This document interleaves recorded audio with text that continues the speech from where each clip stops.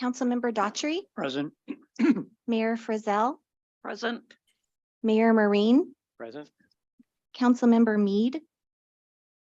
Here. Thank you. Councilmember Merrill.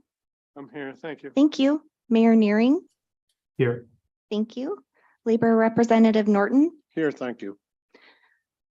Councilmember Peterson. Mayor Roberts. I'm here.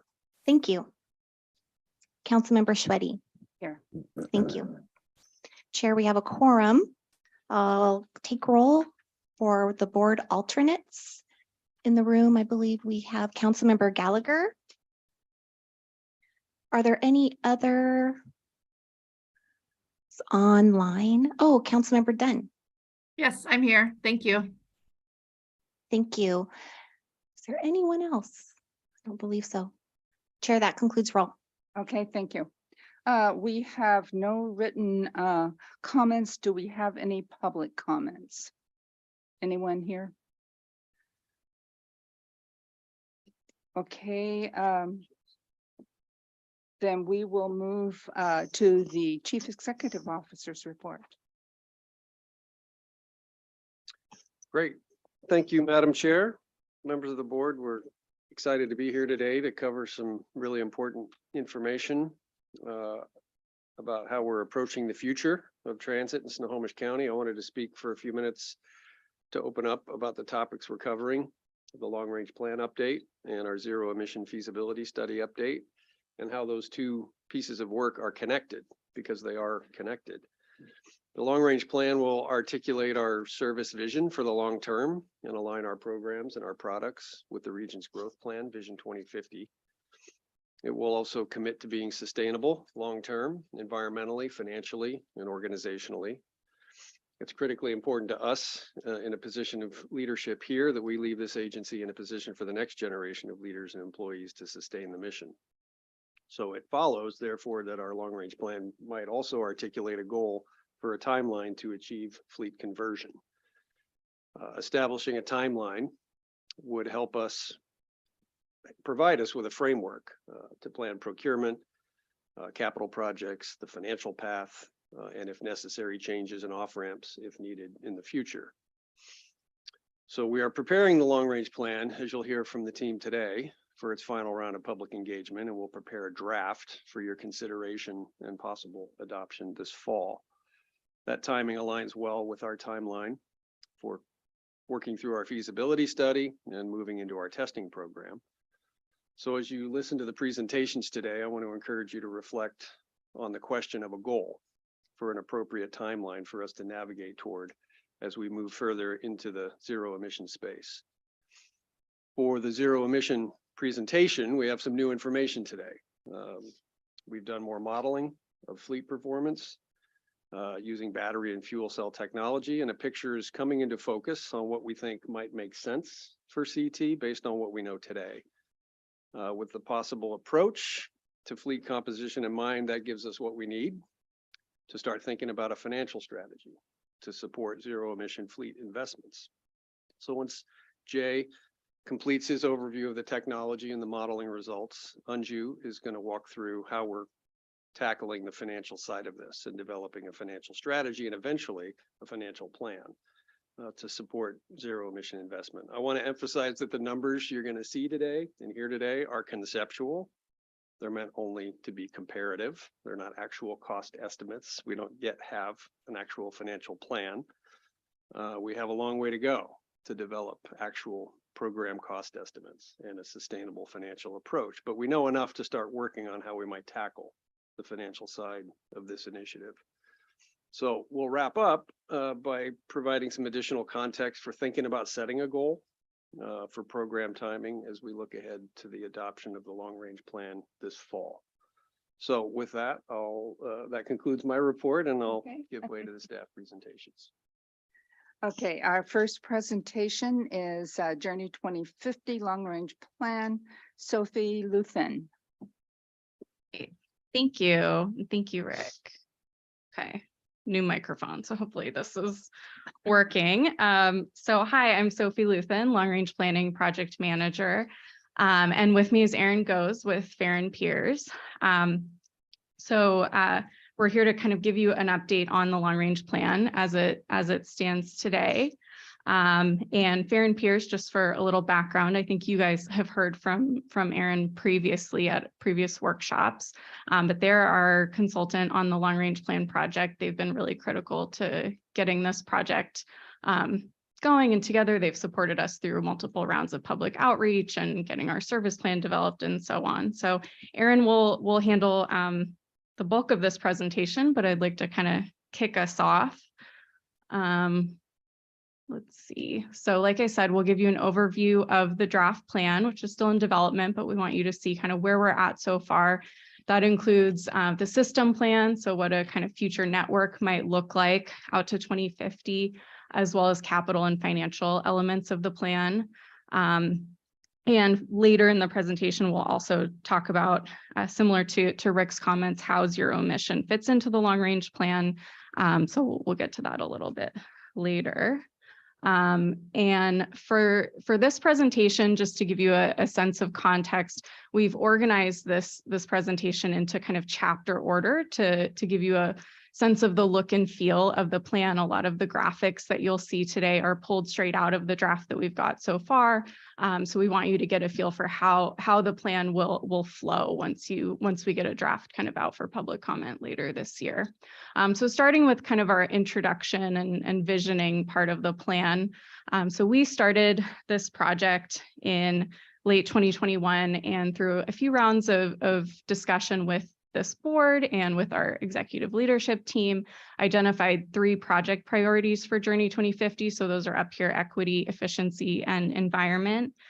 Since we put those project priorities together, we've seen a lot of evolution of our agency's strategic priorities.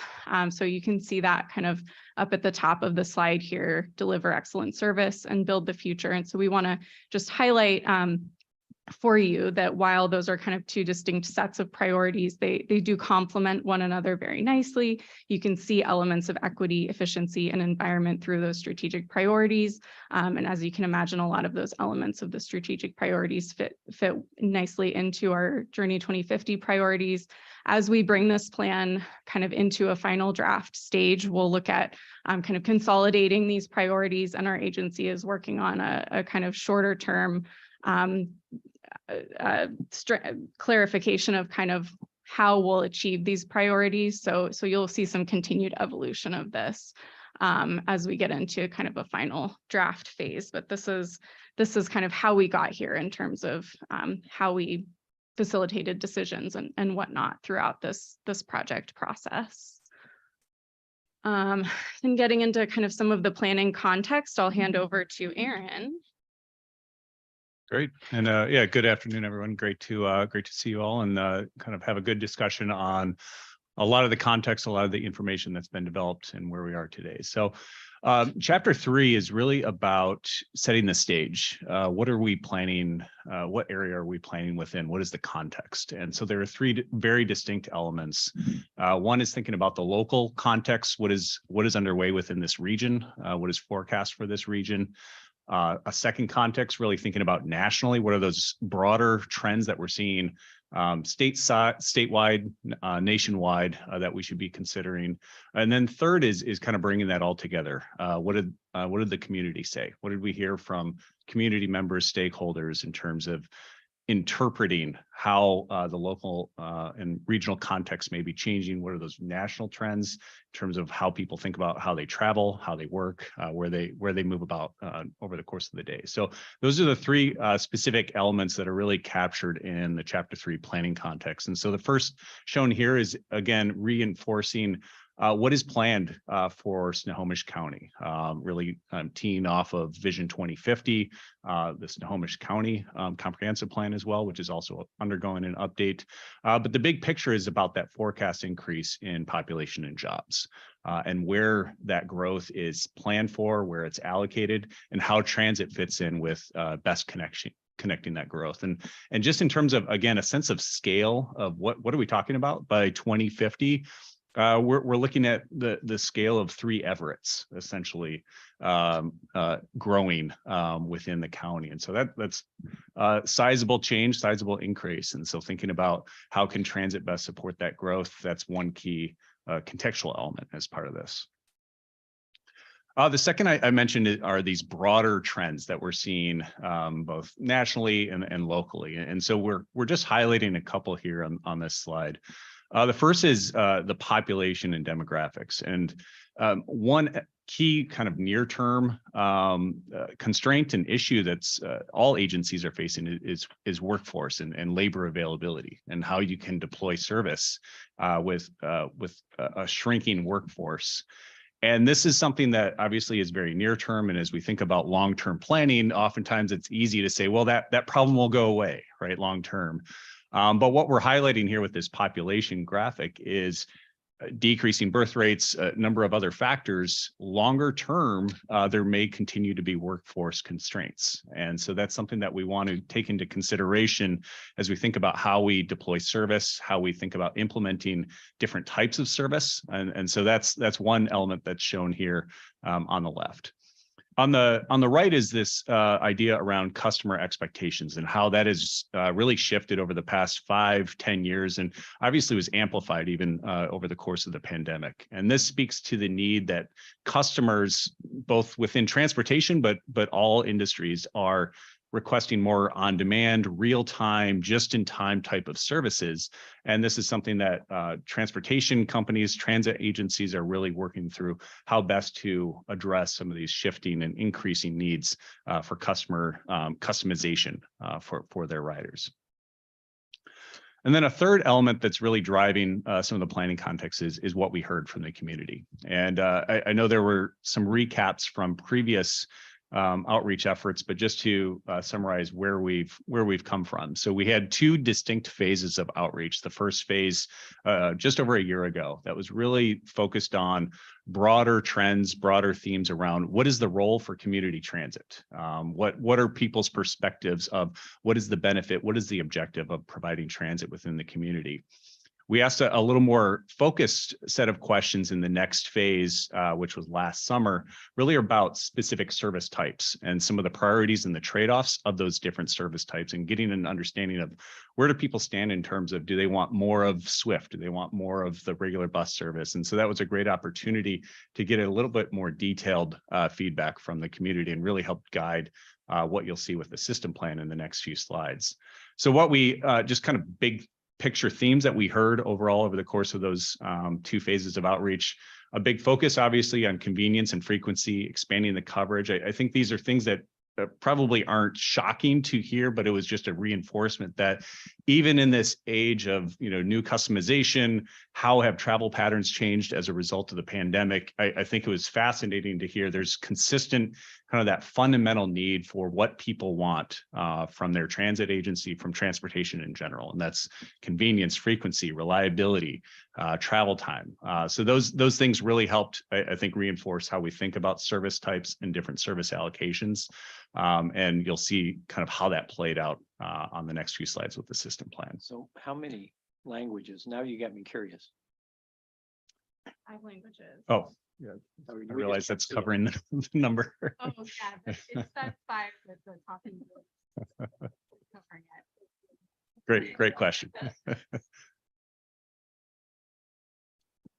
So moving from the context, again, that was really establishing, what are we planning, where are we planning within, and how do we think about some of these shifting patterns, shifting factors for travel patterns, travel demand, and underlying land use. And this somewhat complex graphic, I'll kind of walk you through the through the network here.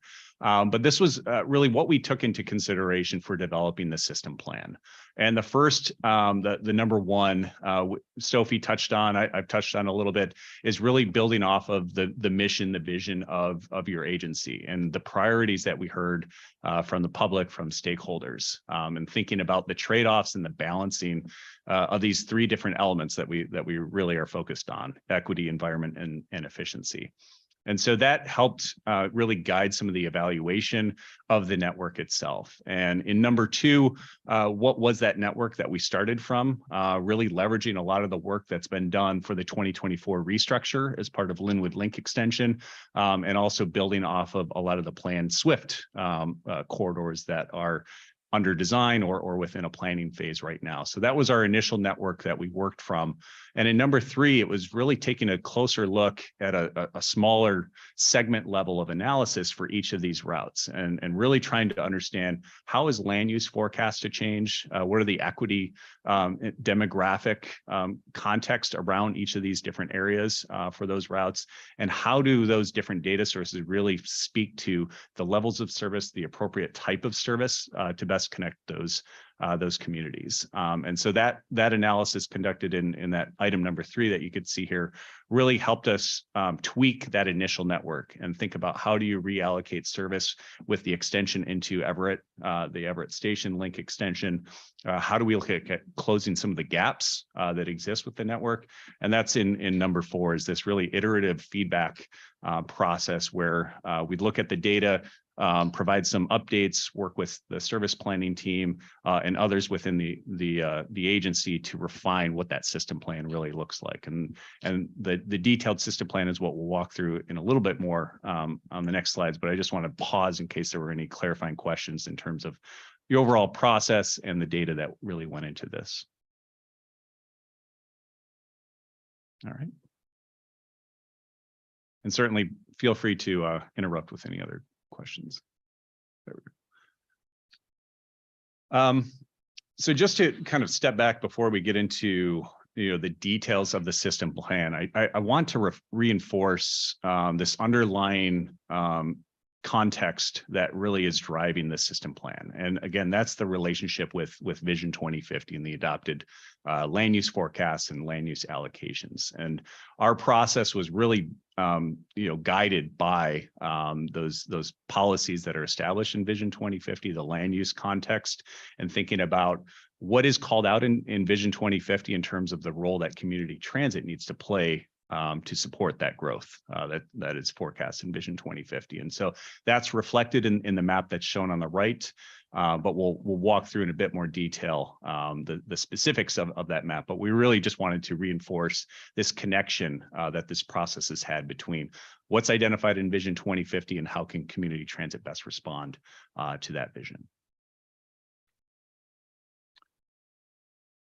So we've mentioned, different service types, different service allocations. A big part of Journey 2050 was one, hearing from the community around what are the different service types that community transit provides, and how can we communicate those different service types? And a big focus of Journey 2050 has been to simplify and really consolidate what is that service that's being provided. And there are a few different benefits to that. One is just communications, clear communications, easier to kind of track and observe how these different service types are performing.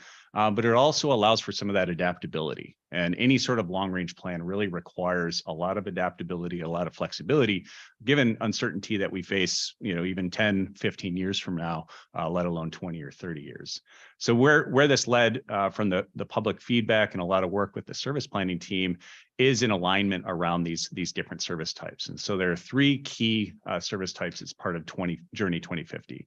Swift Bus Rapid Transit, which we're all very familiar with, is really leveraging a lot of the work that's already been underway with the Swift BRT program. And then we start to consolidate fixed route service into this definition of regular bus. And there are 2 distinct types of regular bus service, a frequent regular bus and a base regular bus. And this is just an acknowledgement that different density levels of housing, different equity characteristics along different corridors support different levels of frequency. And so it's an acknowledgement that regular bus really needs to be right-sized based on those community needs. And then the third service type, innovative services, Vanpool, DART. This is, again, building off of the initial work that's been done within the city of Linwood and the ZIP pilot, but an understanding that a larger amount of the service provided really needs to take on that flexible on-demand focus and really leveraging and building off of some of those customer expectations that I mentioned in the previous slides. So this is again just kind of highlighting what are those three distinct service types. What is the context and the framework for where and how those different service types would be allocated. And on the pie chart you can see on the left is just that service mix. And this is again kind of a relatively balanced service mix between these different services. And this is aligned with what we heard from the community broadly.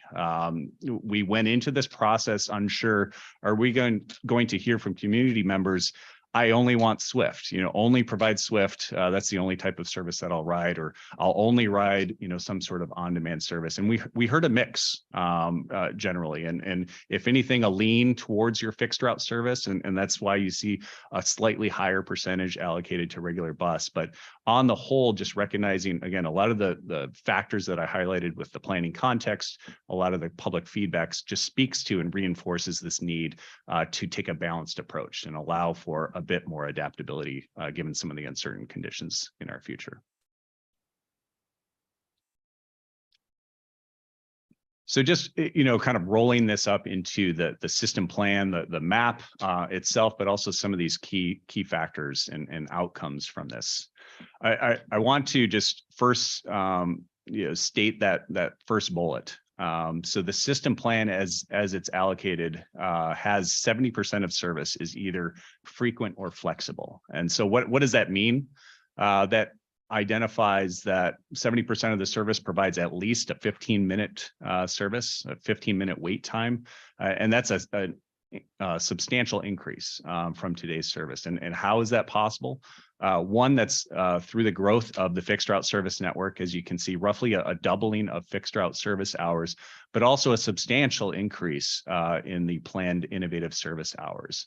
And all of this, both the increase in the service hours, but also that increase in flexibility is really hinging on leveraging the light rail extension into Snohomish County and really allowing for more frequency to be provided within Snohomish County versus having to continue further south, for example, into King County.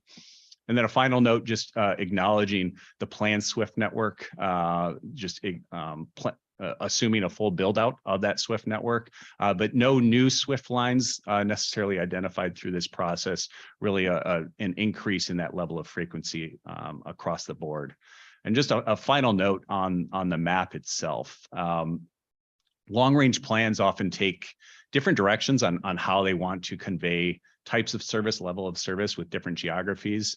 There's kind of an acknowledgement that being a long range plan, in the end, how this service looks in 2050 likely won't match up exactly with this map. And that's not necessarily the point of a long range plan. A long range plan is really giving you an understanding, giving the public some guidance in terms of what is the framework for where these different types of service may be deployed, what is the land use context, what are the some of the equity considerations for how that service is deployed.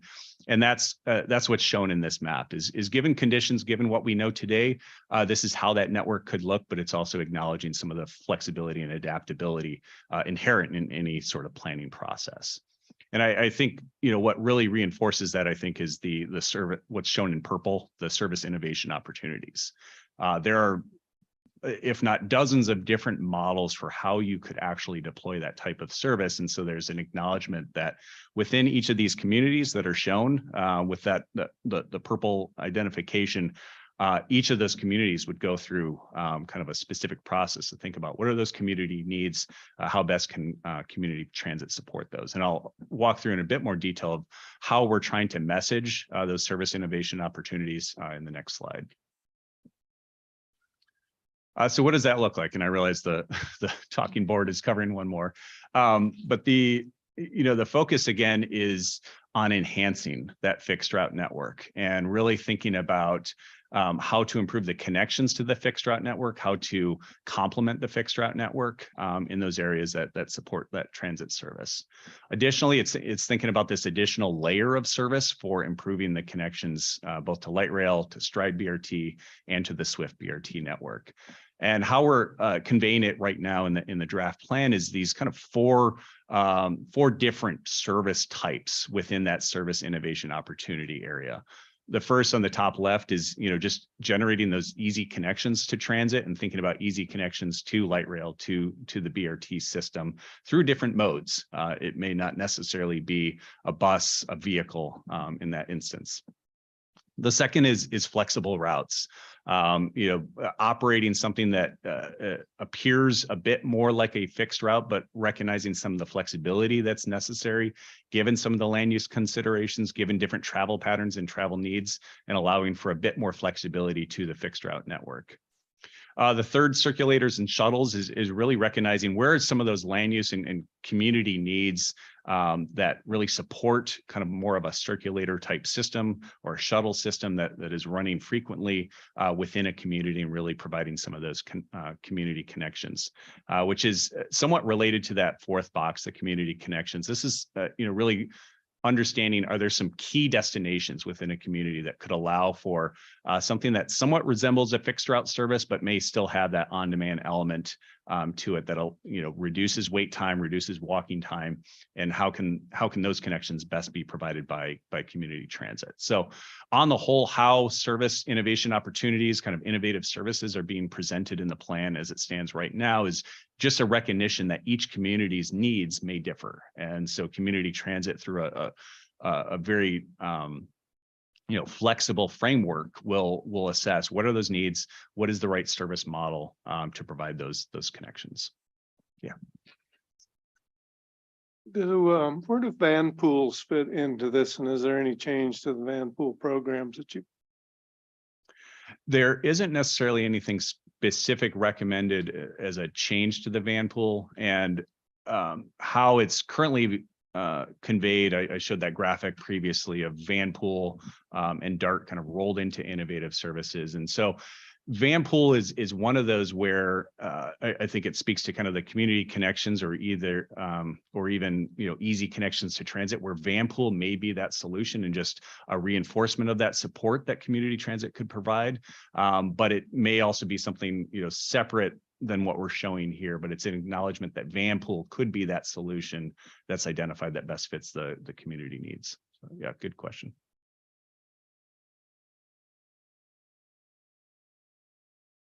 Let's see here. Did it go to sleep? Oh, maybe it. There we go. All right. So we've walked through what are the inputs, how is the network structured, what are those different service types. So this is really conveying what are the outcomes, what are the benefits of deploying this type of service and this amount of service. I just want to reinforce, I think that first bullet is key and critical to thinking about how service gets restructured to provide more frequent service across the board, across the county, really raising the frequency levels for all routes within the system.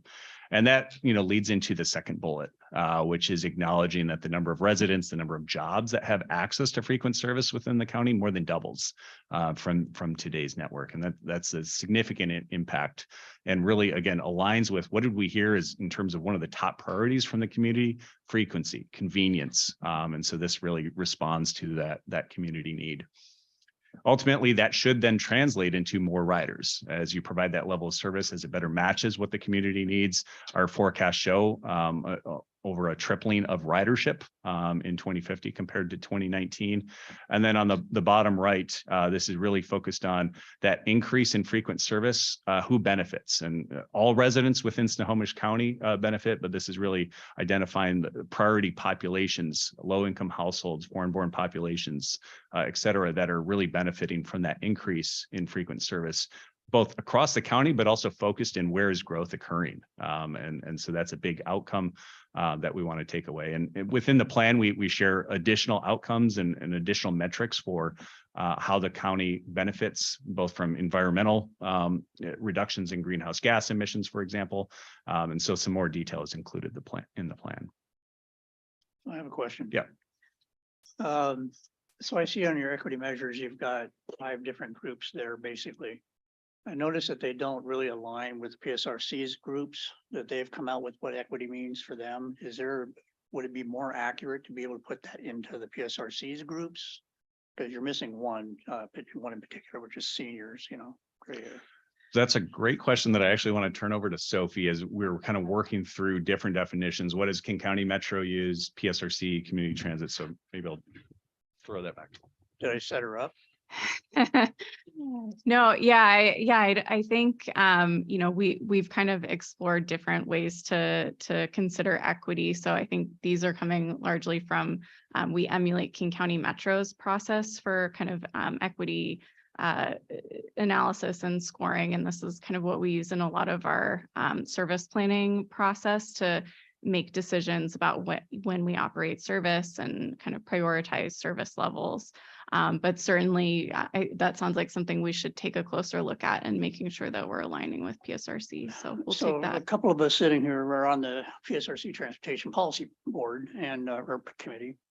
One of the things that they're doing is they're starting a modeling project based on those 5 equity groups that they have put into place, and that's in their 2050 plan. Mhm. So I'm just wondering if it would be better even for King County Metro and ourselves to basically mirror that, so that the modeling that they're doing that we're going to be able to use to help us make decisions is going to be maybe a little bit more accurate for us. Yeah. It's just a comment. Yeah. But that's kind of what I'm looking at, is if everybody's talking on the same language, then we're gonna be okay. When we start putting in different things, we're not gonna be seeing the same things. I think that's a great comment, and we'll take a look at that and see if we can align those. Yeah, and being a part of the King County Metro process, it was a 2-year process kind of working through, do we include this? Do we include this metric? How do you want to capture low income households appropriately? So it's been a shifting thing, and I think leveraging, the role that PSRC plays to kind of set that guidance makes sense too. Well, it could be. Let's that all get in line, It could be right? that King County Metro is better at it than PSRC is. It's something, what I'm saying is it all ought to be the same across the 3 counties or Yeah. 4 counties, because that's where we get our federal money at, for Yep. one thing. So do we have any differences that are going to negate some of our ability to get federal funding through FDA? So those are the kinds of things that I think we need to look at. King County Metro might be more accurate than PSRC. I'm not saying it isn't. I mean, I don't know. You may be right on the money on this, but I think we at least need to look at it. I think alignment is consistency is the key focus there. So, yeah, great point on that. So this, I touched on kind of the inputs, the factors that drove the system plan itself. What are the outcomes? What are the benefits to the community? The benefits to community transit as well. Chapter 5 really gets into what's needed to support that growth and those different service types. And capital elements as part of a long range plan is always an interesting realm to tackle, where you're trying to convey some of these things that riders and customers don't necessarily think about as much, kind of under the hood operational elements. But it's really critical as an agency to understand what are those big moves we may need to take in order to implement this scale of service and different types of service, and also thinking about coordination with a lot of the partner jurisdictions. So the capital elements really focuses on these key items listed here.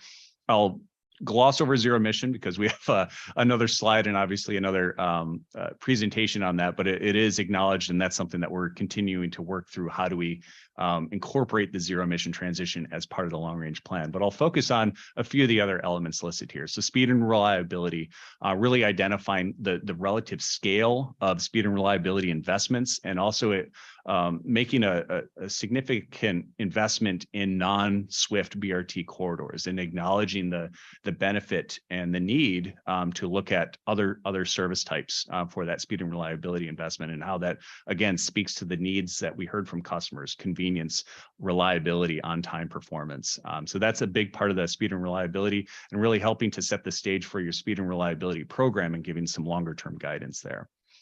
On the fleet, and somewhat related, the maintenance base element. This was I think a big outcome from the Journey 2050 process. We, through the modeling, understanding the different service types in the network, identified not a fairly small increase and relatively no change in that fixed route fleet total. And really this is built off of the increased efficiency of that fleet. And this has to do with running more all-day service versus kind of peak oriented service that travels all the way to King County, for example, but also the different service types and some of that growth coming from innovative service models, which may or may not be a part of that fleet program. So that's a big, I think, outcome from this. And what that leads into with the maintenance base is we didn't, through the modeling, didn't identify any substantial change and increase in that maintenance base capacity. Certainly some adjustments, some adaptability to those base needs. And this is separate from the zero emission discussion, obviously, but just in terms of the sense of scale for what that fleet looks like. No major changes in the maintenance base needs beyond some adaptability to understand the balance of the distribution between your bases. And then looking at layover passenger facilities and access and kind of this really speaks to just what does the increased frequency, what does the increased kind of transit transfer connections mean in terms of providing and enhancing those transfer connections, how it aligns with the light rail system, but also those connections between Swift BRT, regular bus. So that's a big part of the capital elements that's highlighted in those sections. And then finally, technology expansion. This is really speaking to kind of that investment needed from a customer standpoint. What is the customization, the on-demand, real-time information that riders are increasingly looking for, and how can technology expansion really support that? So again, the capital elements chapter identifies what are some of those big moves, what are some key considerations around that service network, and ultimately how does that fit into some of the funding and financial aspects of it that Sophie will touch on. So with that, I'll actually turn it over to Sophie to expand a bit. Great. Cool. So what you've seen so far has kind of not included a ton of content on zero emission planning. So I just want to kind of reiterate what Rick said at the outset, that an additional critical, core element of the long range plan is going to be to ask this board to adopt a strategic vision on zero emission, including a potential target horizon year for when we might fully convert to zero emission technology. As we get further into discussions with the board around zero emission today and this summer, we will kind of take a look at the entire plan and work out how to kind of incorporate zero emission throughout that plan, both in terms of how it might affect our service plan, our capital elements, and so on. So just more to come essentially on zero emission. And then lastly, for kind of a financial element of the plan, we've done some initial modeling. We show that our forecast revenues are sufficient to support the forecast growth that Aaron walked us all through, and the capital needs that we see so far. But again, this is kind of without further consideration of the impacts of zero emission on our kind of financial future. So more to come on this. We will, a heavy emphasis of this part of the long range plan will be zero emission and kind of how zero emission will impact us in the future. And then in terms of timeline, so we're here today to kind of give you all an update on the draft plan. We're going to kind of watch and see how these discussions with zero emission evolve over, sounds like the summer roughly. And once we're able to get this draft plan wrapped up, we'll bring that back to the board to review, and we'll release that out to the public to do another round of public comment. So it's coming this summer. And then we expect to come back this fall for this board to consider adoption of the plan, including, as mentioned, a zero emission target. And that's all. Oh, that's the next presentation. It's all from us. Yes. Okay, I have a question. In Vision 2050, one of the things that PSRC did in the committee, and I was on that board, was safety. And I guess I'm disappointed that I didn't see it mentioned, because right now in our state, it's a huge, huge issue. Mhm. And if our customers and our coach operators do not feel safe getting on a bus, we're not going to have the growth that you're showing. And it's like I say, a huge issue now. I mean, what the legislators do, we don't know yet, but it's not going to go away.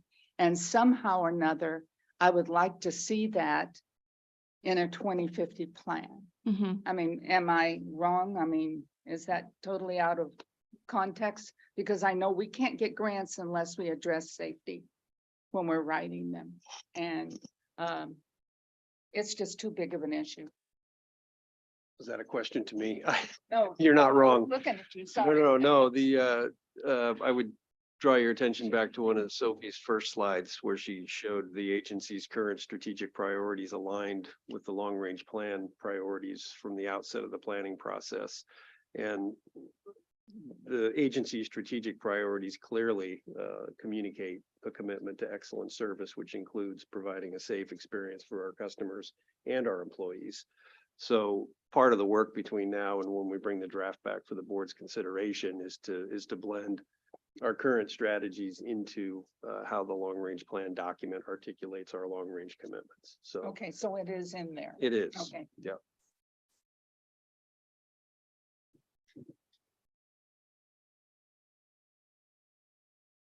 Do we have any other questions?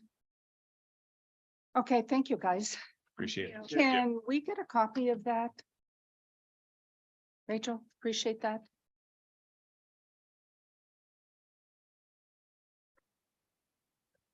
Okay, our next presentation is zero emissions update. Jay Him. I'm sorry, I pronounced that wrong. No worries, second time is a charm. All right. Well, thanks very much. It's exciting to be here. Even more exciting that we have a bus to show you this time around. So appreciate that very much. Again, my name is Jay Heim. I'm this Zero Emission Senior Program Manager here at Community Transit. I'm Unji Greenhouse, Chief Financial Officer. And this dynamic duo is here to talk about zero emissions today. Let's see if I can make the clicker work.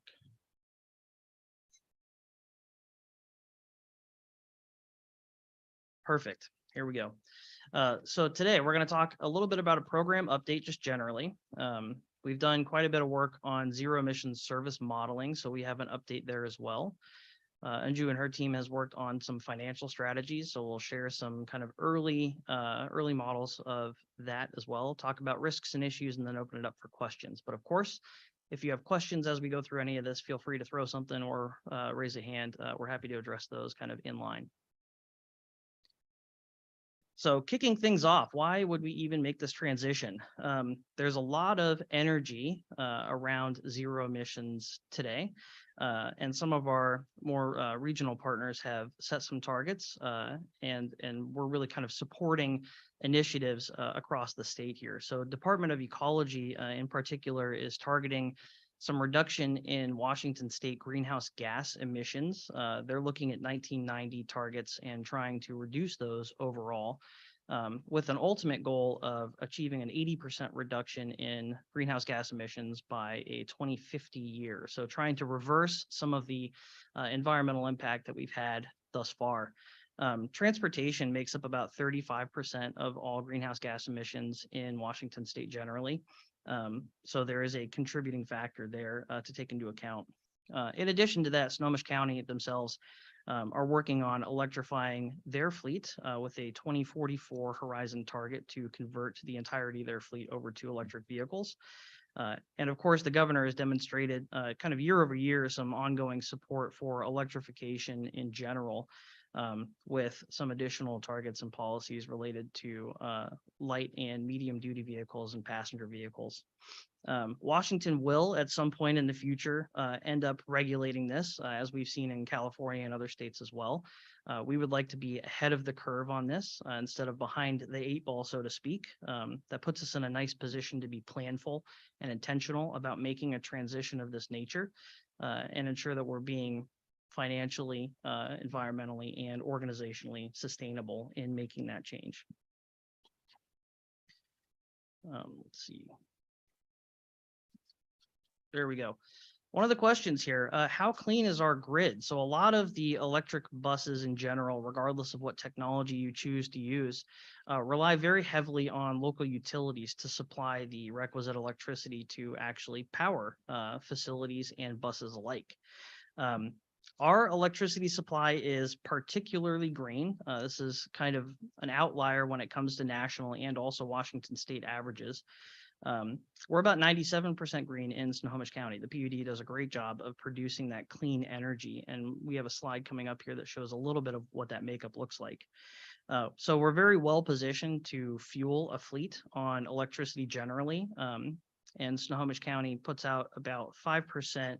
They're in the bottom 5% average for the national average for carbon emissions related to the utility itself.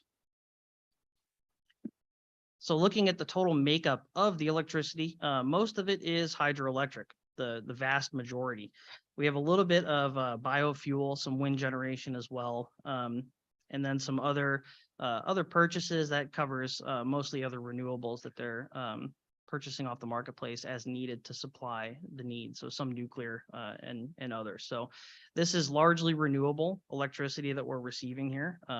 And is really kind of, it paints a nice picture for making use of the green power that we have available to us. So in terms of a program update, you guys have seen a similar timeline in the past. This one is extended a little bit, and then we have kind of a forecast for upcoming activities. So the last time we talked, we were in the throes of our mitigation strategy research that was taking a look at old modeling and trying to figure out how to bridge the gap and make that picture look a little better in terms of how we would deliver the service. So that mitigation research is largely concluded now.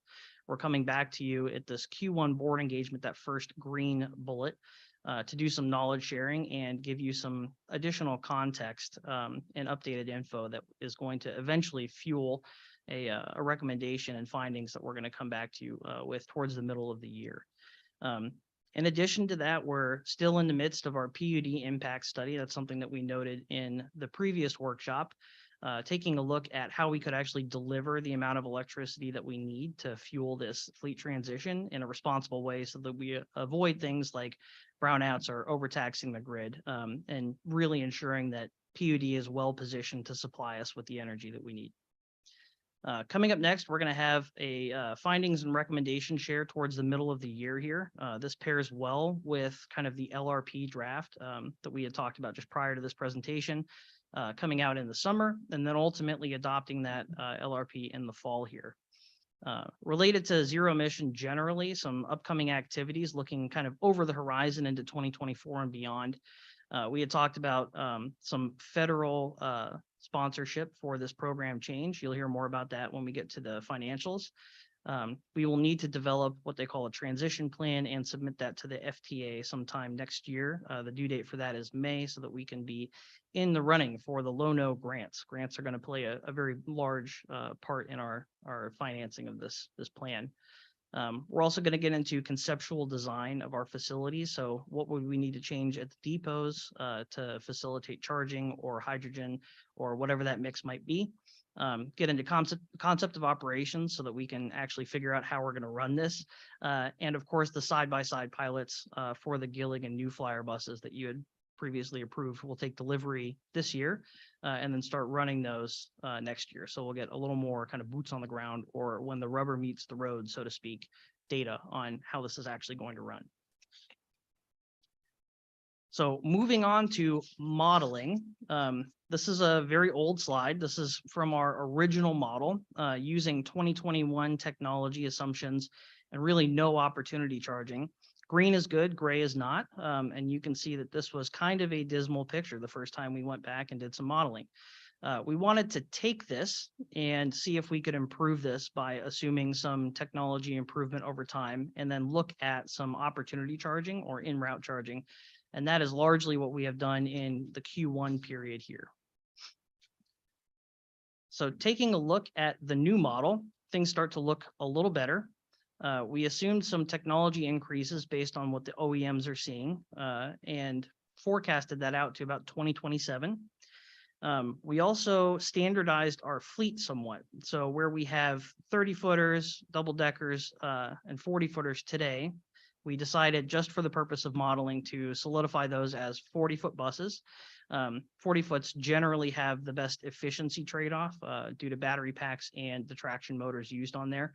So they're a little more efficient than the 30 footers and double deckers. And we also, like I said, took into account the technology improvement over time. So OEMs are seeing about a 5 to 7% increase in battery capacity and density year over year. So that's pretty good improvement. If you think back to the early 2000s and cell phones, this is kind of a similar period in time where we're seeing dramatic improvement year over year. So the buses are really, really improving. So taking a look at this, you can see where with those assumptions baked in, we have generally more completion rates. Blue is good. That pink area is where we have a partial completion, but does not complete the entire body of work. And then red is where it falls off when we need significantly more energy to actually complete that block. We wanted, again, to take this and dig into it and see if we introduced non-depot charging, so opportunity charging in the field somewhere, could we improve these results? And that's where we get into opportunity charging scenarios. So we went back and looked at non-base charging and really baked in a few different options here. These all kind of build upon themselves. So the low scenario with 2 options, Linwood Transit Center and Everett Station, is also included in the medium scenario with 4 more locations added. And then the high scenario, of course, being a dozen or so locations where we would have non-depot charging. When you take that into account, things look even better. So with, for example, the medium solution or the high solution, you see that we get around 85 to 95% block completion generally. But there's still a couple areas where we have some challenge. And those are for very long blocks where you have somewhere between 300 to 400 miles of road to cover, or very long shifts where the bus is out in the road for 12, 14, 16 hours. There's a couple ways that we could mitigate the additional 16 or 6%, depending on which scenario you look at. One of those is to wait for battery technology to mature further. So allowing time for that 5 to 7% to increase.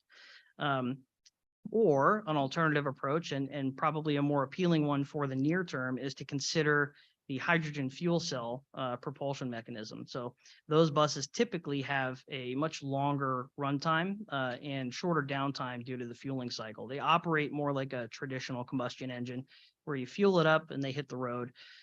So the refresh time on that is a little quicker. We were looking primarily at doing that for Swift, as the blue and green line are the most impacted in that 16 or 6% due to the run times. And then there are a couple express routes that are also represented in those figures, but primarily Swift. Was there a question? Yeah. So Jay, on the last slide, so that's using the high, meaning you have, I forget, there were like 6 or 8 charging station, 12 charging stations out there. So would there be a charging station and a hydrogen fuel cell? Because a hydrogen fuel cell, you just almost like putting fuel in it as opposed to charging it. Correct. So there would not be a non-depot hydrogen fueling station. It would just be battery rechargers at these 12 locations. Okay, so they would, to recharge, they'd come back here to the base. Correct. And that's included in that last slide. This slide is only if we went with battery electrics across the Okay. board. So this is without including hydrogen in the picture. Okay, thank you. Cool. So with fuel cell, once you incorporate that, there's some additional variables that you have to take into account.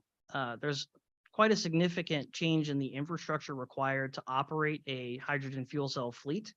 And there's a couple different mechanisms by which you can do that. You can either be a producer or you can be a receiver of the hydrogen. So taking a look at the infrastructure laid out here, if you were a producer, you would need an electrolyzer, which actually creates the hydrogen. You would need a compressor to then store it in tanks to finally get to the dispenser. From the dispenser, you would fuel up the bus and it would be on its way. If you were to receive hydrogen or have it brought to your location, you can cut off the compressor and electrolyzer and basically do storage and dispenser. So that would be similar operationally to fueling a typical bus that we have today, where we have diesel in tanks. You would instead have hydrogen in tanks. You would use the dispenser, fuel it up, and it would be to the races. Fuel cell buses operate a little differently. It's still purely electric propulsion. The change really is that you're using that stored power as hydrogen instead of additional batteries. So those buses are typically a little lighter.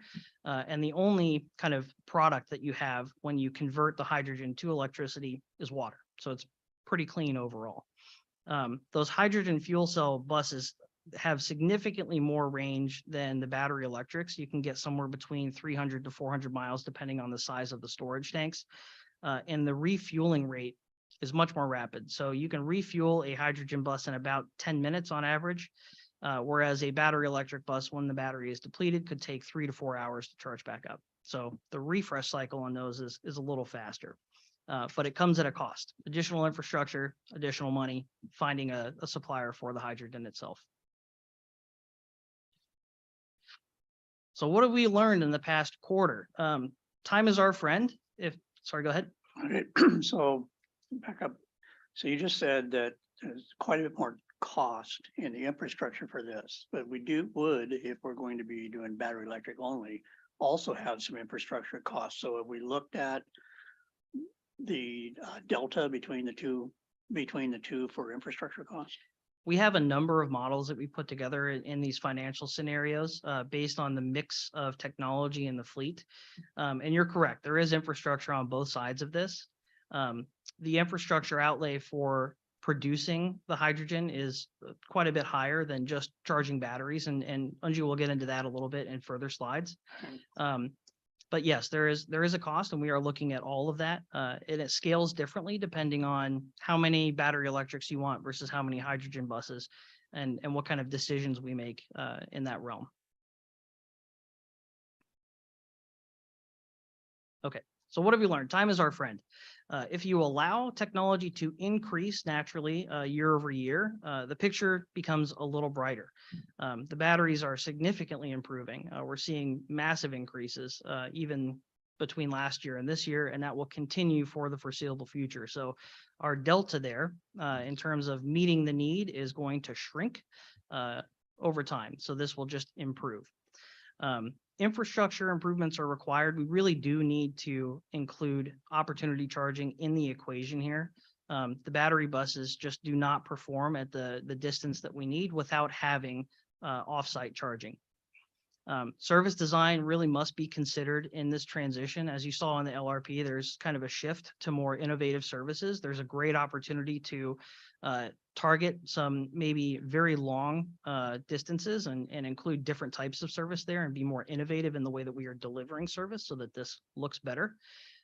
There's a whole IT stack of products that we'll need to include in this, including yard management, charge management, et cetera, so that we can deliver the service in a meaningful and responsible way. So more to come on that, I think, in the future here.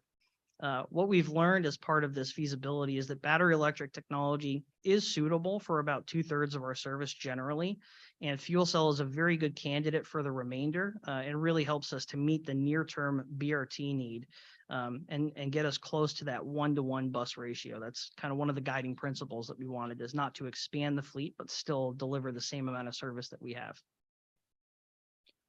And with that, I will hand it off to our Chief Financial Officer, Anju, to go over some of the financial aspects. Thank you, Jay. my goal today is that to be able to paint some broad high-level picture for finances, what it's going to cost to do this investment and purchase a transition to green fleet and capital costs that's associated with that. We will be further refining these numbers, and we will have much cleaner picture, more focused picture by the summer when we come back to you. Also keep in mind, these numbers are additional costs in comparison to current operation model, which is based on diesel buses and not necessarily total costs. So we're just looking at the deltas and trying to see if we can afford those. Okay, just as a context, what do we have available in current local dollars to be able to go towards this effort? So at high level, we have about $185 million of total reserves that can be purposed for these efforts. And that's 2023 budget. And there are some assumptions built into that we will be able to continue to build some reserves that can we dedicate in the future effort. Besides local dollars, if you look at federal level, there is unprecedented amount of federal and state funding that's available that we can dedicate towards these efforts. So this slide is not really intended for you to read all the details that's in the bar. But next 5 years, if you look at the funding there, from infrastructure investment alone, there's $108 billion that's dedicated to transportation work. And a lot of those are related to reducing carbon footprints and transitioning to green fleet.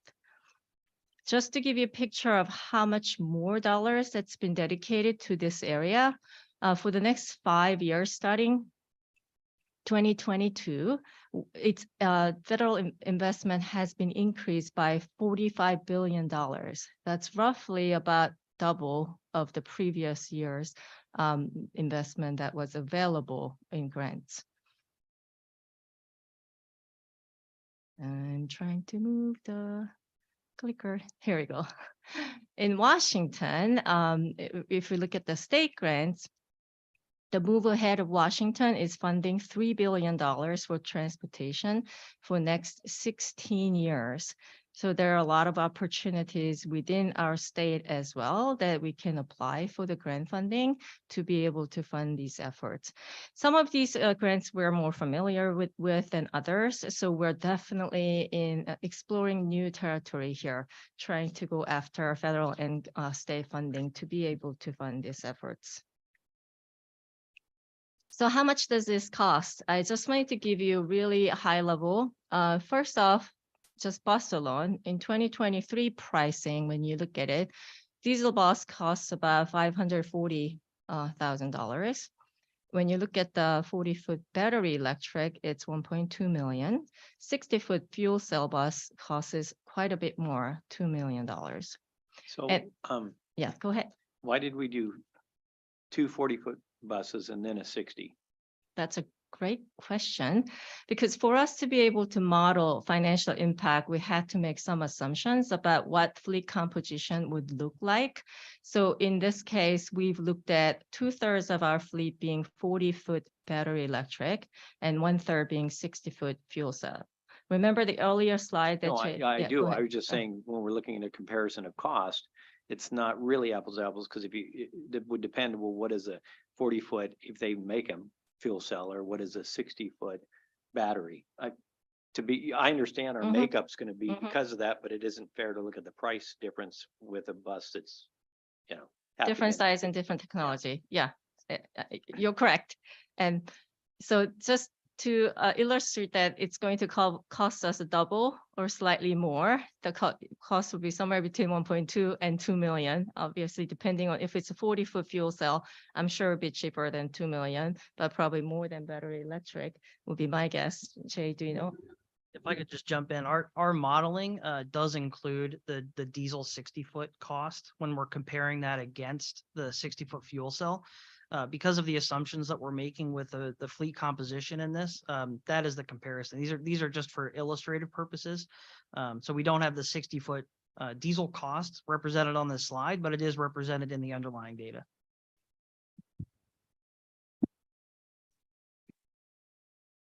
Okay. Moving on to other capital costs that's associated with this investment. If you're looking at battery electric bus, we're gonna have to purchase plug-in charging, and that's going to cost about $25 million to support all the fleet composition that we're envisioning in this plan. For the fuel cell bus, there's quite a bit associated with it. Jay showed the picture with the slides with electrolysis, storage, and compressor, and all of those. They're going to cost quite a bit more. $53 million is estimate, and that supports the fleet composition that we're trying to put in the model. Okay. Okay. So brings up another question.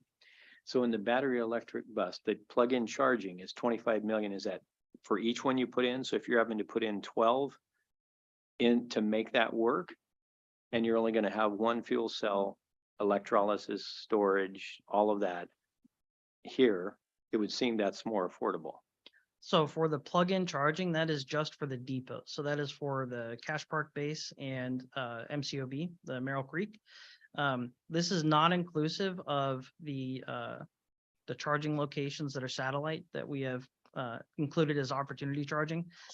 Those are a lesser amount. I think it would be reasonable to assume somewhere around 1 to 1.5 million per location, just based on the numbers that we have today, if we were to extend into opportunity charging. So Okay. So what I'm trying to get at is if you were to use fuel cell 40 footers Mhm. instead of electric, but to use the electric, you're going to need to put in all of these charging stations, albeit a lesser number. That's a good number to look at to see what is that going to cost.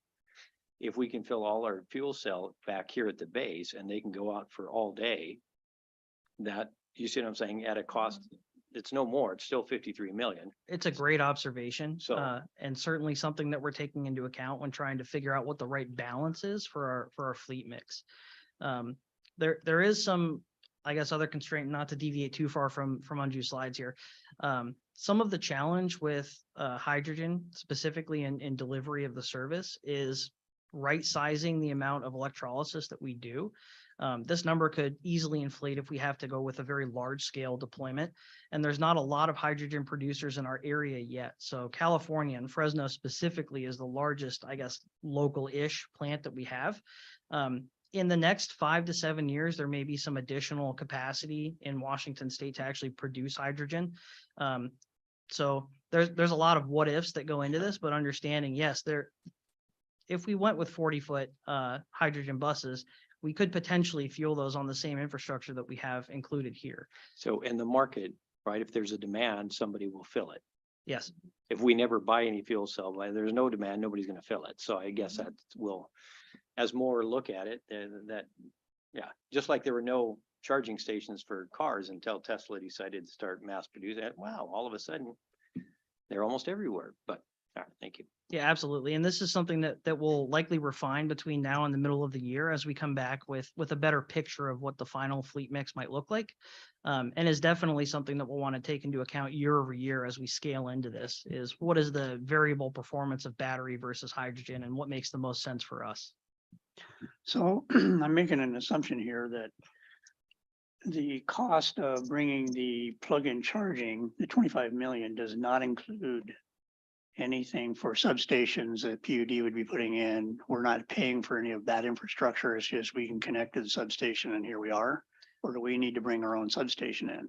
So we would not need to do substation if we only do plug-in charging. The substation requirement is predicated on going with electrolysis due to the additional power requirement. We can build out a circuit build with existing substations around our area to meet the need if we do not go with electrolysis. Okay, so a number that I'm going to be looking for, I'm getting into the weeds, so get your weed whackers out, but the number I'm going to be looking for is without the facilities cost. In other words, we've built the infrastructure. Mhm. What is the cost per mile on a hydrogen fuel cell bus and an electric bus? Because at that time where we're just using electricity to produce the hydrogen, we're just using electricity to charge a battery, which bus gets the better fuel savings Mhm. type thing. So that's a number I'm going to be watching for. Gotcha. That's great feedback, and we'll definitely try to answer that question a little more completely when we come back. And just to pile on, if we could have that for the life of the vehicle, I notice on this bus out here, it says 12 years. So I would like to know, how much is it going to cost us to run it for 12 years? And if the life of an electric vehicle is only 10 years, how much is that going to cost so that we can kind of project out? That's a great feedback for coming up in the summer. Okay. I just want to more make one question. Okay. observation. These are great questions, great engagement. This is exactly the kind of feedback we're interested in. And what I'm hearing in your inquiries is a desire to do some iteration and some mixing and matching and to really understand what your options are as you contemplate a goal. And it's fully our intent to provide that support to you so you can see and make some comparisons in your own mind about the trade-offs between various scenarios. What we're starting with to get a base case in hand is a 2/3, 1/3 blend of 40-foot electrics and 60-foot hydrogen, the latter being dedicated to the BRT fleet. We will go from there as we learn more and help you get those answers that you're looking for. So this is just a first whack at the financial side of this equation. So that's a pretty sharp weed whacker you brought in there. Directionally correct is what we're aiming at this point. So anyway, so earlier, I think Jay shared a slide about the horizon years, and there's many different scenarios we can go with. And we picked 2 years just so that we can model what does it mean in terms of cost. We're not married to these years at all. And very recently, Snohomish County came out with a 2044, and there's 2050 horizon for the Washington state. And so these are flexible, just keep in mind that. But I just wanted to be able to show you somewhat of comparison of capital costs by the year of full transition of the fleet. So if we went a little slower, say 2046, it's going to cost us in total about $500 million. This is additional cost from if we had continued our operation at diesel with a diesel fleet.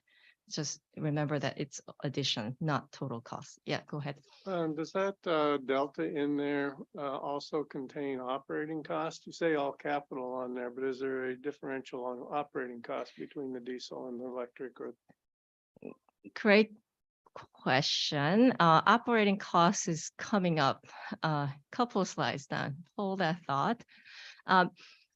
May not be as much detail as you would like, but we have something coming up for you.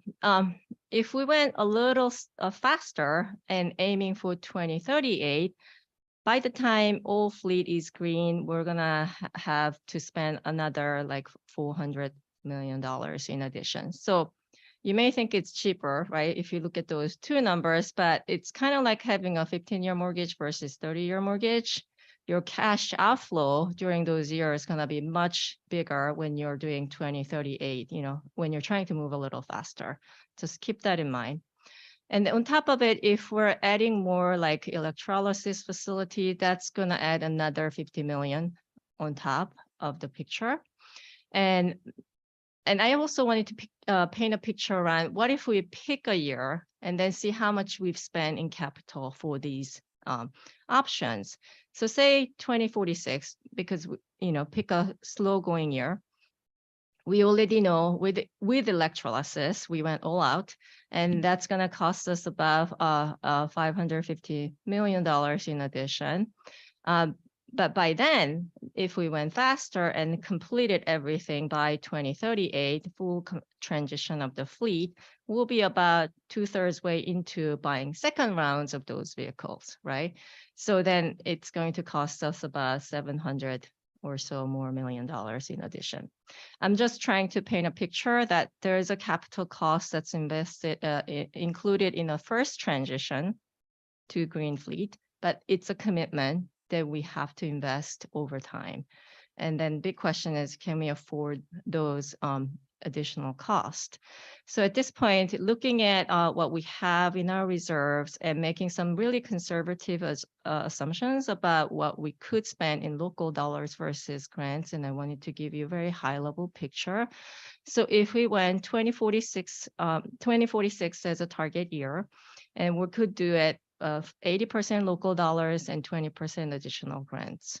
If we went a little faster, we're going to need a little more grants, 30% or so of grants. And if we went a little, still went 2046 as a target, but we needed to put in more capital investment like electrolysis, you're looking at similar composition of the funding source. If we went fast and at the same time wanted to put electrolysis, now we're going to need a little 40% of the grants to fund this effort. Again, very high level, just the first, first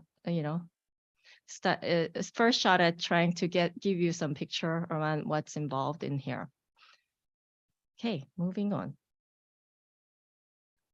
Operating cost. So when we are operating with these types of fleets, there will be increased cost battery. Current battery life is assumed around somewhere between 6 to 8 years, and battery replacement is somewhere around $250,000 right now. So it adds additional cost for operating. And hydrogen fuel delivery, if we're delivering and also having to store those, there is a cost associated with it. We need to initially train workforce to be able to transition to this operations model. Super high level comparison, diesel versus battery electric and fuel cells and operating costs. This was done by earlier study by WSP. As you can see the comparison, it's going to cost more in operations, definitely.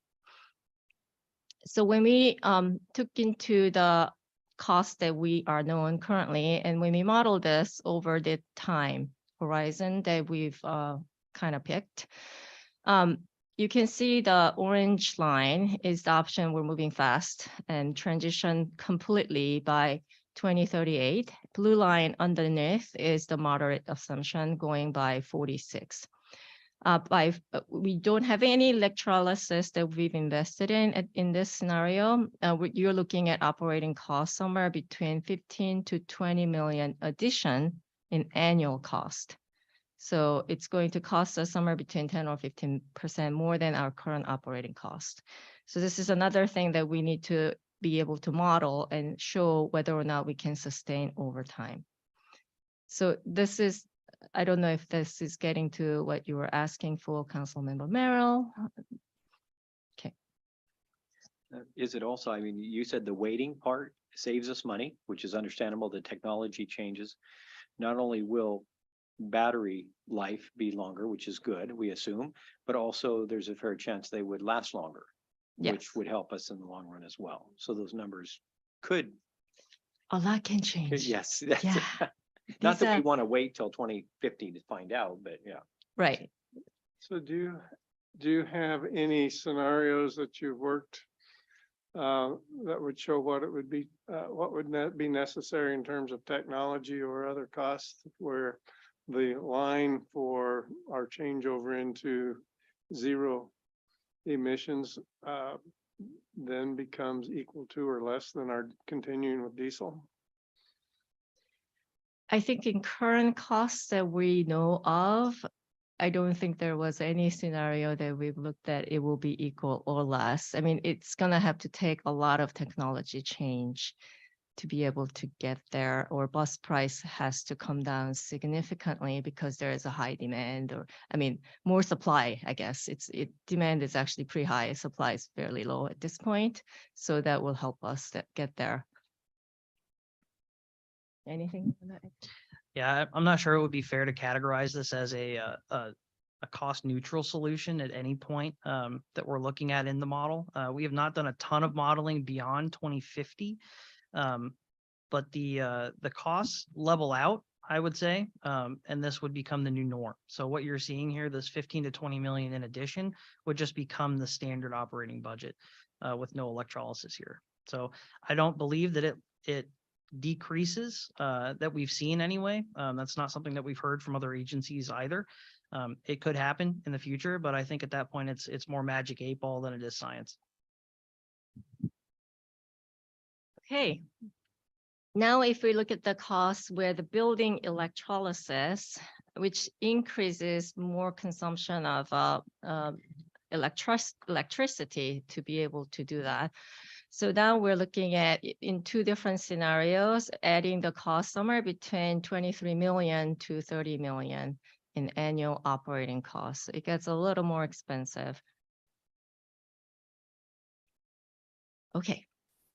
So I hear a lot of desire to see a lot of different scenarios and models, and rest be assured that we are working on that. So we are actually launching into refining our long-range financial model updates so that we will have more robust model that has a capacity to do scenario forecasting. And we want to be able to see both capital and operating cost projections, based on different composition of the fleet, and as well as the different scenarios of the timeline and other variables that we can feed into and plug in. And basically, we're building a giant calculator that can spit out the numbers very quickly so that we can really come back with you much refined financial analysis in next iteration is my hope. And this will provide you a much better data point so that you can have informed discussion to make these important decisions. And as we do this, sustainability environmentally is very important, but at the same time, we want to make sure we're financially sustainable and organizationally sustainable, that we can support these efforts over next generations and beyond. Any more questions for financials before? We have some questions online, I think, here. We have some hands up. Okay. Hello. Yeah. Oh, yeah. Chair, are we okay to speak? Yeah, go ahead, John. Oh, thank you. Good presentation. Thank you. I think your last comments there were the ones I was thinking of. Obviously the environmental benefits are there and worth trying to achieve. I don't think there's any question about that. The question is, how do we swallow $23 to $30 million a year in operating expenses? And then by my calculations, between $24 and $49 million a year through 2038 or 46 to achieve this capital investment. That's a massive amount of money. And then you consider, well, what does that cost? Then who pays the price for that? And, I guess in almost any scenario, it would be our clients, our customers, because you can't offer the same level of service if you're putting that amount of money into this type of infrastructure. So I think it's a big decision for the board to consider. I look forward to the continued financial modeling. I think this is a really good way to look at it. And, I think it's a goal that's very worthwhile and one that we would probably all hope to achieve. It just, I think we're going to have to figure out, before making a decision like that, I think you have to look at what's the flip side of that. What does that mean to our customer base from now to 2046 or whatever, however far out you want to look at it, and make sure we're making the right decision for everybody involved. Thanks. Yes, thank you, John. Great statement. Sid. Yes, thank you. I would agree with Mayor Nearing. A great presentation, and I sort of feel like I'm in a economics class, and I'm sitting on the back row. But I did have a question. I don't know if it's even something that could be answered, but I'm just wondering about the projections of inflation in terms of the costs. These costs. I mean, we're projecting out, quite a ways, and I'm just wondering, will some of these is there any way to know whether some of these will inflate in terms of because of demand, or deflate? In other words, is one of these directions is there more risk for inflation? I guess is the way I'm trying to make myself clear, but just as you're looking forward, is there more risk in one of these than the other in terms of the cost to do the whole deal to inflate on an ongoing basis. Does that make sense? Maybe not, but did to me. In the short run, we've used the inflationary cost that we are known of in terms of purchasing these buses. That's been actually fairly highly inflated in recent environments. So the near-term years, we've used fairly higher projection around inflationary, but we did assume inflation will taper off eventually, get to more normal level. And, it's at this point, we're just using the best economic data that we have. As the further we go out in the year, it's always challenging in terms of estimating how that would look like. Maybe I didn't ask the question right. I don't think I'm really looking for what's going to happen in the consumer price index, inflation that way, but just one of these directions more likely to be volatile in terms of what it would cost us long, because I think what I'm hearing is we're going to get it to a place where we're making a big commitment to the long term of this.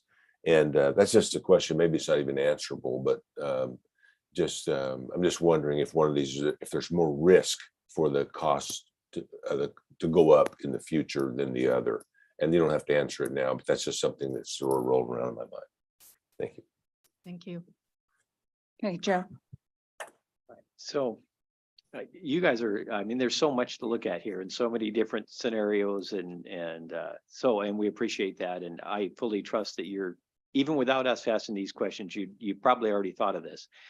On the hydrogen fuel cell, it just seems to me that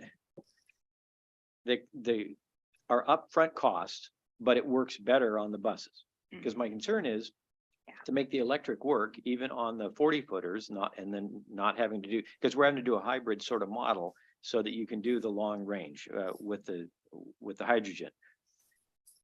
But the cost of us to put all of the electric charging stations out, and then of course it has to be off for 3 hours while it's charging, is that mean we have to buy more electric buses to make up for that time? So there's that, to me, just seems very, even though it looks cheaper up front, but I'm sure you're going to model all that. And then lastly, we haven't heard from, but it very well might make sense to get us along the line of environmentally, without taking the jump, to just continue as we replace our diesel buses, we do with hybrid. It gives us, right, some environmental, less CO2 and so forth, and look at that in the modeling and to say, this gets us this environmentally, that'll get us here, but at a third the cost, right? So that may ultimately be the route we go, at least for now, to see what happens in the future with battery technologies and everything else. So I would be interested to see hybrid cost and if that makes more sense. Yes, thank you. I've read a lot about zero emissions, and that was one of the things that I had heard, was that the hydrogen was more expensive to start, but was cheaper in the long run. So anyone else have any more questions that you were willing to ask now? No. I'd be happy to answer each of those questions for $1.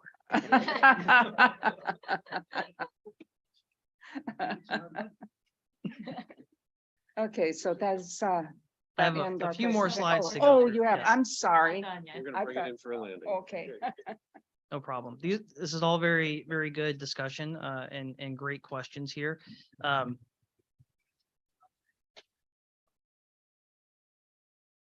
I've thought of some of these questions, but maybe not all of them. The observation of, before I get into the slide here, the observation about hydrogen is a very good one. I think as we've modeled it so far, the ongoing cost, and I'll get into this about fuel availability, is a challenge, and that's something to take into account. It's generally more expensive because our electricity costs are so low. Comparatively, hydrogen fuel costs are high, and to produce the hydrogen using electricity is also a high cost on the utility itself. So the capital outlay may even out in terms of how many chargers we need versus the hydrogen infrastructure, but the cost to sustain hydrogen is also higher over the grand scheme of things. The benefit to that is that operationally it's a little easier to deliver because of the range and the refueling cycle. It's more similar to the operations that we have today. So getting into risks and constraints, we've talked about quite a few of these already, but just to note them specifically, availability is a huge constraint and one that is a risk that we're trying to understand and mitigate. We've heard from other agencies that availability of buses generally is constrained. There's a lot of interest from pretty much every transit provider out there today to move in this direction. There's only so many OEMs and there's only so much production capacity that they have. So we're seeing things like lead times on buses are 2 or 3 times greater than what we've seen in the past for diesel. So instead of 1 year lead time, we're seeing 2 years, maybe 2.5 years generally at the moment. And that likely won't taper off until the industry as a whole has some level of saturation with zero emission vehicles. Similarly with infrastructure, even getting the amount of chargers that folks need or hydrogen storage tanks or electrolysis producers, again, constrained because there is so much interest. And fuel, as I mentioned before, we don't have a local producer that can produce at scale. So we would have to bring that in if we were to go with the delivered hydrogen solution. Technology maturity is another risk for us to take into account here and really observe as time progresses. The downtime and reliability for the early generations was not so great. That's improving generation after generation. So we're on like the 3rd gen Proteras now, for example, significantly more robust in terms of their uptime. So that will continue to improve, but it's still not quite at parity with diesel engines. Battery capacity and density. There is a magic number, I've said this before, where the amount of battery capacity meets the need that we have to deliver our service. We're not there yet. That will happen at some point in the future. And the density equation is also something to take a look at. These batteries are very heavy, and so we want to have more capacity, but not more weight. And that's where the density comes into play. So improvement in technology there is also pretty critical. And then performance and efficiency in general, as we roll these out, we'll understand more about what our specific efficiency ratings look like, where it's viable for us to use this tech, where it might still be challenging, and how we can tweak our service for that. And then also for standards, again, this is very new. This is kind of Betamax and VHS in a number of ways. For opportunity charging, there's really, there's pantograph, there's plug-in, there is inductive. There's not a current standard for even inductive. And when we talk to our regional partners, there's not alignment on the way that we want to do this. KCM has, or King County is using pantograph only. Sound Transit is opting for the wave inductive. Everett has gone with induct EV inductive. So there's a number of solutions out there. None of them work together right now. So that's a constraint that we're talking about with our partners, partner agencies, and trying to understand how we can create operational parity and linkage there. State and federal policy is evolving in this space. There's a lot of support. As Anju mentioned, this is an unprecedented time for funding. They're really providing a lot of incentive for us to make this change. But on the flip side of that, we have spare ratios that we need to maintain in order to receive federal funding. And the way that this technology works is different enough where the old diesel spare ratios are not really conducive to the battery electric or hydrogen spare ratios that we might need to maintain. And the same goes for useful life. Batteries, as with your phones, you buy it and it works great on day one, and then 2 years later, it doesn't last the whole day. So we do see degradation in battery performance over time. Exactly how much is kind of unknown. This technology is still very new in the space. And then subfleets, we talked about standardization. The 40-foot battery electric seems to be the sweet spot for efficiency. But if you want to run really long routes or run 60-footers, which we're so fond of with our BRT lines, the technology is not quite there for battery electric, but fuel cell does help to bridge that gap. So all things to take into account as we go back to the big magic machine of modeling and try to spit out different factors that make sense for us and bring those back to you. And I think the next slide here, we'll talk a little bit about some of these key considerations. So we've learned a lot, gained a lot of knowledge, hopefully have been able to share that knowledge effectively with you. We've demonstrated that technology is maturing in this space and it will continue to do so year over year. We should consider reducing risk to over-investing in a specific technology, only because it's changing so rapidly. Things that we buy tomorrow are going to be out of date by the end of the week. And this is something that we really need to take into account.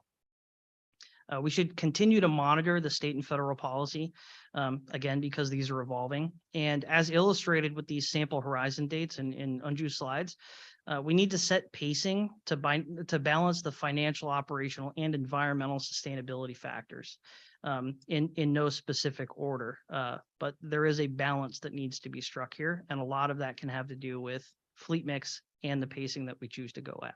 So all things that I offer for consideration.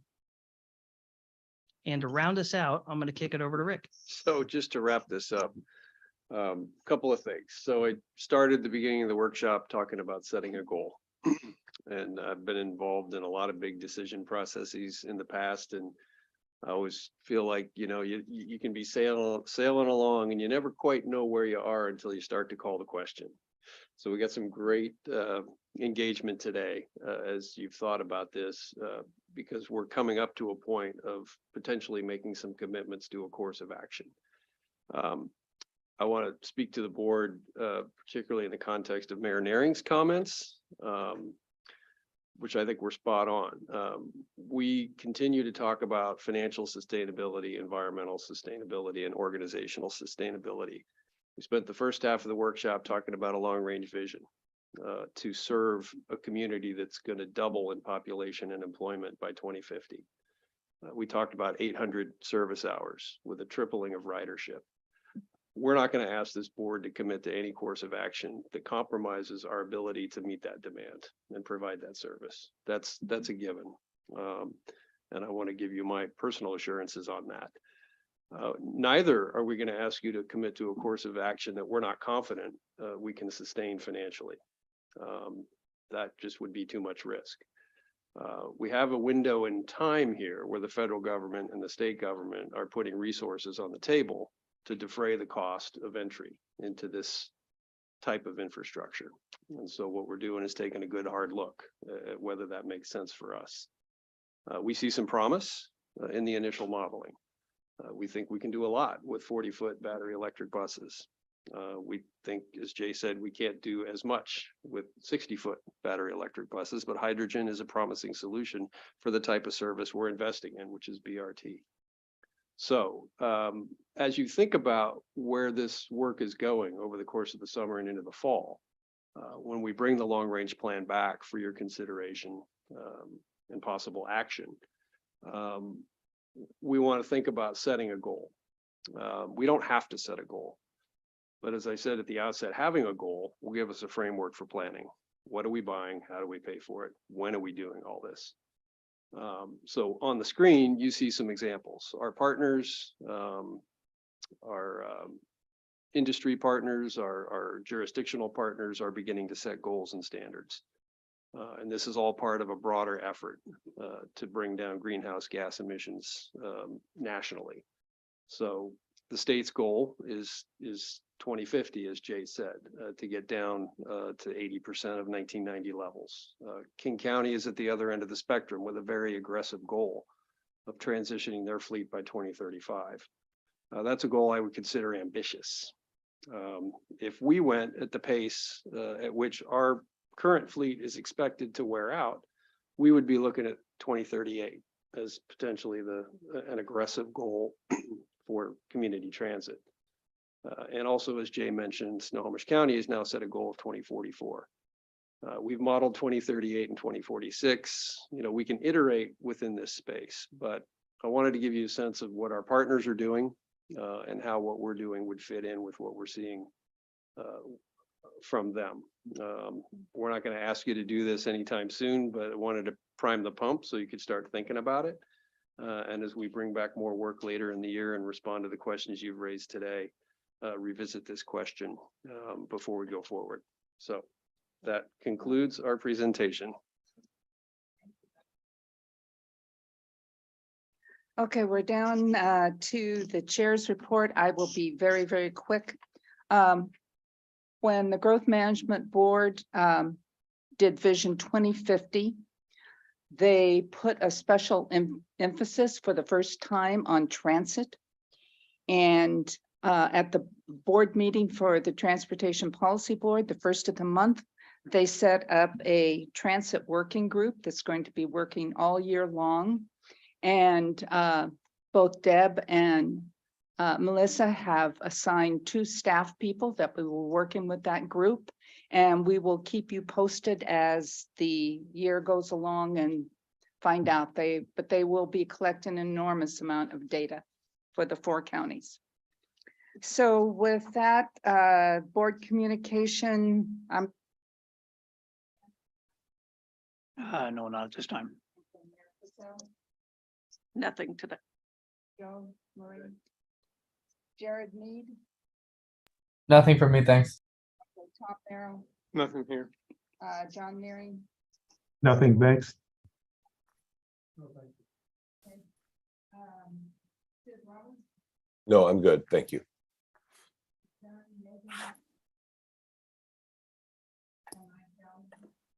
It's hard to hear, but nothing to report. I thought I heard my name.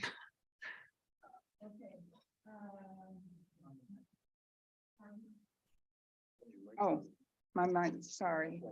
I'm used to you telling me when it's not on. Okay, is there any other business we have, or is that all? Well, we have a 60-foot battery electric bus parked right outside the window to your left, and it is open and available for your touring and visiting. And we've got some staff available to answer questions about it. So I know there's a Snohomish County dinner later, but if you'd like to take a few minutes now and visit that vehicle and have a tour, I would invite you to do that. We can go out the back door and out the side and get to it right behind us here. But other than that, no new business. Okay, next board meeting is scheduled for May 4th at 3. We have an audit entrance conference scheduled for May 9th at 4 p.m. and it will be on Zoom.